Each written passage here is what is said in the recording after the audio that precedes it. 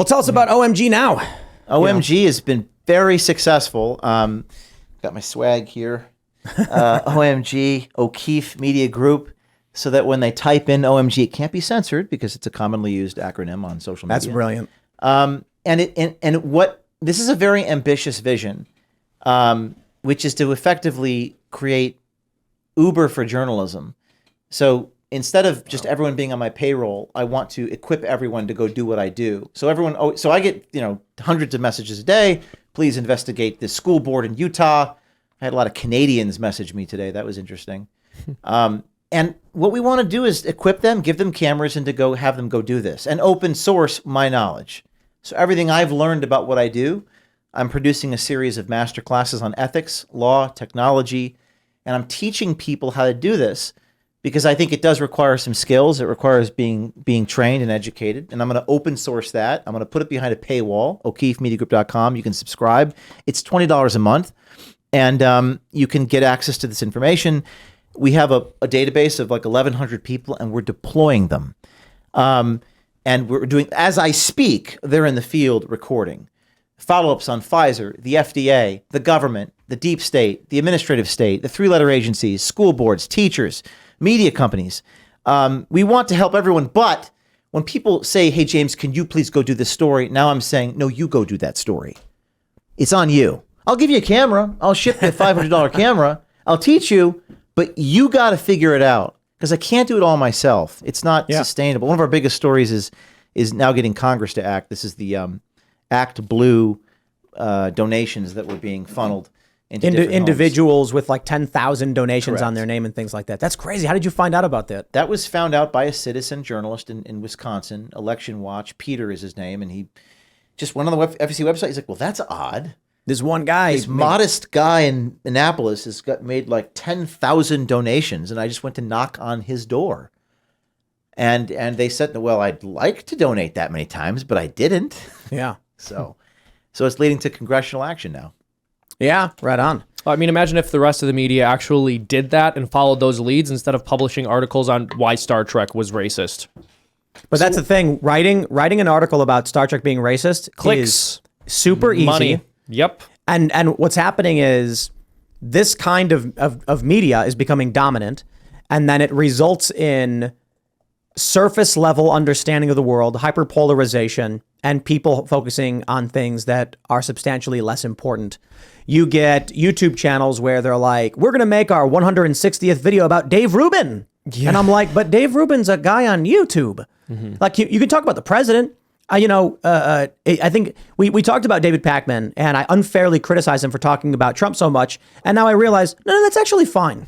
Like, if you're going to talk about the president 1,000 times, I totally get it. You're right. You should.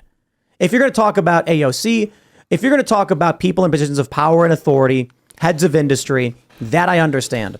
If you're going to claim that a YouTuber who ranks at like number 1,000, no, that's just vapid e-drama. Mm-hmm. But it's easy to make. It riles people up at the lowest common denominator. It makes money. And it's very difficult to do the research. People want to hear their opinion being uttered by somebody else, but that doesn't actually change anything.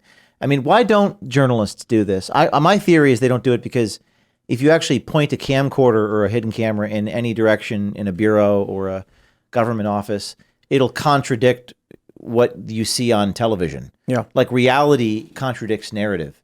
And the other thing is, I think I've always said that we hold a mirror up to people and they don't like what it is that they see. They hate the person who holds the mirror up to them. So, I mean, going back to the citizen journalist thing, we had people that are so humbled that we reached out to them. This Texas people I was speaking to, there's a group of people exposing something local in Texas, and she was shocked that OMG, that James O'Keefe would send her a camera like, well, you're going after like Pfizer and the Pentagon and the deep state, so why would you talk to us? It's like, well, you got to start local, got to go to your local school board meeting, right? But Tim, you were downstairs with me, and I was on the Twitter Spaces, and someone said, well, I don't know where to start. And I said, have you gone to your school board meeting yet? And she said, no, I didn't know I could. Don't I have to have a kid in school? I was like, no, you're a taxpayer. Go to your school board meeting. Yeah. Put on these little cameras and talk to people in the hallway and see what you come up with. So we're starting there. Do you hire them, or do you have them as contractors, or do you just send them stuff to get started? We send them. We have a form on our website, o'keefemediagroup.com. You click on the link, and there's a citizen journalist request form, and we just ship them a camera, provided they're not insane or stupid. Insane or stupid. We'll send you a camera, and you'll have to maybe perhaps sign a waiver, and then we'll pay you. We had a young woman in Minnesota record her official in college saying, "Shh, don't. A transgender person will be in your room as your roommate, but we won't tell you that they're transgender." Saying this to her, and she recorded it. Wow. And we paid her $1,000 for the footage. For the footage. Okay. Well, I think that's a very important mission, because you're putting a lot of emphasis on what's happening at the local level. And it's good to focus on national politics. Obviously, everyone in this room does that. But for individual people in any given community to be involved with their school board, and then also be able to see like undercover journalism on what's going on at their school board, I think is incredibly valuable. I think so too. It's so necessary, dude.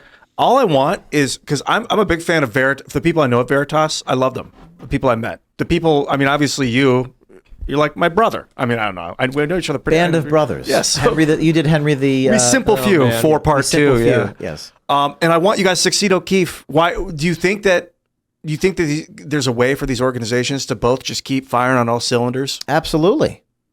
I wish them well. I hope they do what they do. I want everyone to do this. I think everyone should do this. I don't think people should stop people from doing this.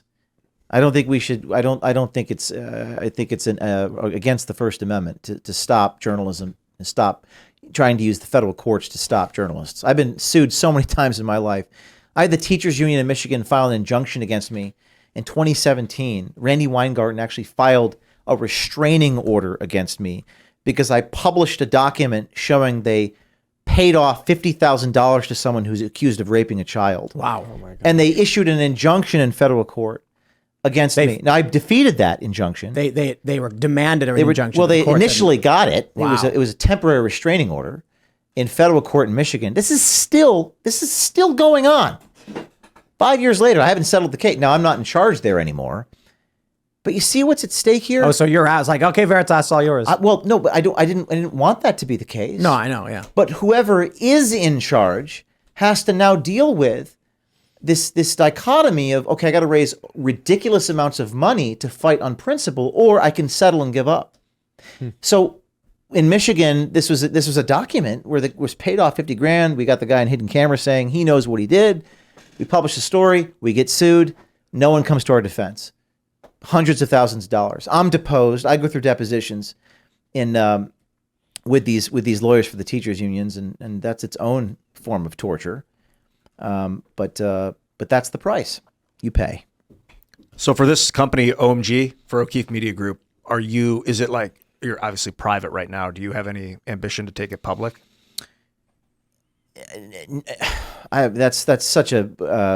I'm taking it one week, 1 month at a time. Probably not. I mean, I have trust issues right now with ownership. I 100% own it. I haven't taken on any debt. No equity. We had a very successful launch. We have thousands of paid subscribers, which is pretty good for an organic launch. Yeah. And we'll take it from there. We do have a 501c3 and C4 that I'm not on the board of. I posted that link to my Twitter. Liberty Guard's a C4. They're going to help pay for legal defense to pay for lawyers, and Private Citizen, which is a 501c3.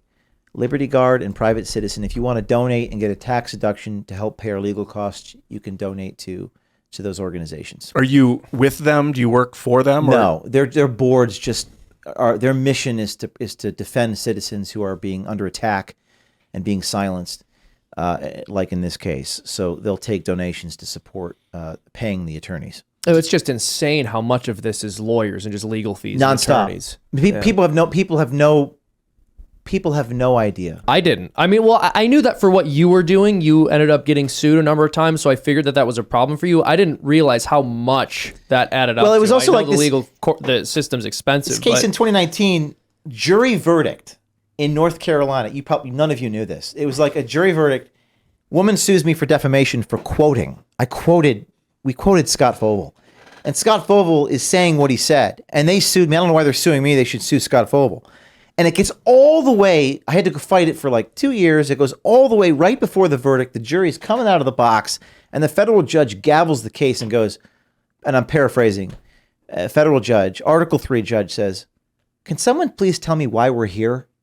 Wow. And the lawyers, the plaintiffs' lawyers, these are like the Hillary Clinton sort To of make money. group. Right.